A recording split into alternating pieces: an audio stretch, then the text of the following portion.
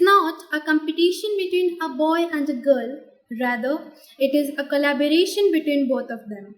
So, hello everyone, this is Sushovita Mohapatra from Dr. A.N.K. Public School, Rourkela, and I am here today to deliver a short speech on the given topic, boys versus girls. Does that matter? According to me, that doesn't matter whether it is a girl or a boy, because we have been given certain responsibilities and duties. We all are God's child. We all are human beings. Male and female, both are entrusted with certain duties and responsibilities. So there is no chance of any type of comparison, replacement, no superiority, no inferiority. Just equality.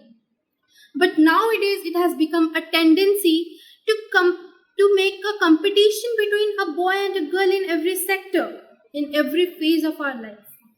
Like when a baby boy is born in a family, everyone is just too happy and they often say that they are very much blessed. But instead of that, if a baby girl is born, people say, Kash, ye ladka hota. Why? Why such cheap mentality? Why? What is the difference between a boy and a girl? Some few change in body pattern, right? What more? Well, I found nothing, and there is no reason to. Both men and women should feel free to be sensitive. Both men and women should feel free to be strong.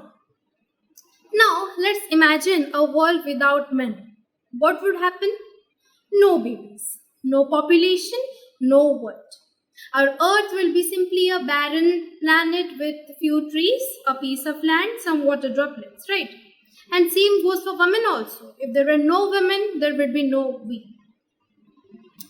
So as we can see that there is an equal contribution of both men and women in our society. So we can't say that men is dominant over women or women is dominant over men.